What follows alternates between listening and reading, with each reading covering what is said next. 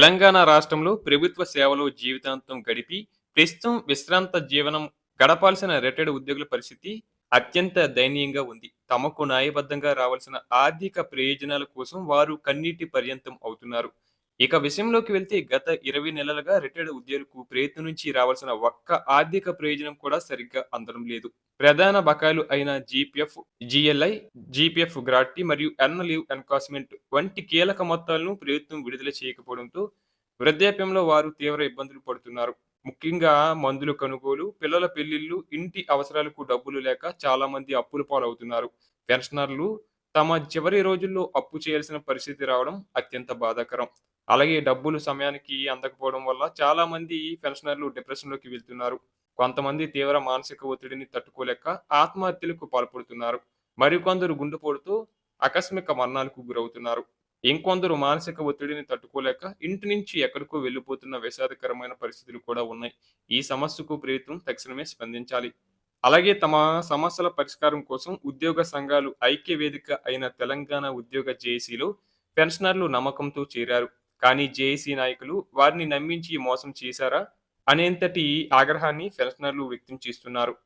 తమ ప్రధాన డిమాండ్లను ప్రభుత్వానికి సమర్పించే వినతి పత్రంలో చేర్చాలని కోరిన జేఏసీ నాయకులు పెన్షనర్ల సమస్యలను ఏమాత్రం పట్టించుకోవట్లేదు. ప్రభుత్వంతో జరిపిన ఏ చర్చల్లోనూ పెన్షనర్ల గోడును వినిపించలేదు. అలాగే కనీసం జేఏసీ వేదికపై పెన్షనర్ల సంఘం నాయకులను మాట్లాడే అవకాశం కూడా ఇవ్వలేదు. దీంతో పెన్షనర్లు తీవ్ర ఆవేదనకు గురయ్యారు. అలాగే తమ సమస్యల పరిష్కారం కోసం పెన్షనర్లు ఈ నెల 17వ తేదీన ఒక మహాధర్నాకు పిలుపునిచ్చారు.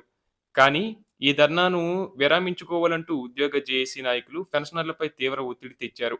మాకు న్యాయం చేయకపోగా మా పోరాటాన్ని కూడా అణిచివేస్తున్నారు అని పెన్షనర్లు తీవ్ర ఆవేదన వ్యక్తం చేశారు. ఈ పరిణామాలన్నింటినీ దృష్టిలో ఉంచుకొని ధర్నాలో పాల్గొన్న వందలాది మంది పెన్షనర్లు ఏకగ్రీవంగా ఒక చారిత్రాత్మక కీలక నిర్ణయం చేశారు. ఇకపై తాము తెలంగాణ ఎంప్లాయీస్ జేఏసీలో కొనసాగలేమని, వారి నుంచి పూర్తిగా బయటకు వచ్చేస్తున్నామని ప్రకటించారు. ఇక పెన్షనర్ల సమస్యల కోసం ప్రత్యేకంగా తెలంగాణ పెన్షనర్స్ జేఏసీగా ఏర్పడి తమ సమస్యలను మేమే స్వయంగా ప్రభుత్వం దృష్టికి తీసుకెళ్లి సాధించుకుంటామని శపథం చేశారు. పీఆర్సీ, డిఏ, ఐఆర్ వంటి ఉమ్మడి సమస్యలపై మరెవరైనా పోరాటం చేస్తే వారికి బయట నుంచి స్వచ్ఛందంగా మద్దతు ఇస్తాం తప్ప ఇకపై ఆ జేఏసీలో భాగస్వాములుగా ఉండబోమని స్పష్టం చేశారు. ఈ సందర్భంగా పెన్షనర్లు ఉద్యోగంలో ఉన్నవారిని ఒక ముఖ్యమైన విషయాన్ని గుర్తు చేస్తున్నారు. నేటి ఉద్యోగే రేపటి పెన్షనర్. ఈ రోజు ఉద్యోగంలో ఉన్నవారు తమ సీనియర్లైన పెన్షనర్ల కష్టాలను అర్థం చేసుకోకపోవడం మరియు వారికి అండగా నిలబడకపోవడం చాలా బాధాకరం. రేపు మీ పరిస్థితి కూడా ఇలాగే మారవచ్చు. కాబట్టి ఇప్పటి నుంచైనా పెన్షనర్లకు సహకరించడం మరియు వారి సమస్యల పరిష్కారంలో భాగస్వాములు కావడం మీ బాధ్యతని విజ్ఞప్తి చేశారు. తెలంగాణలో సుమారు 2 లక్షల మంది పెన్షనర్లు ఉన్నారు. ఏపీలో దాదాపు 3.5 లక్షల మంది.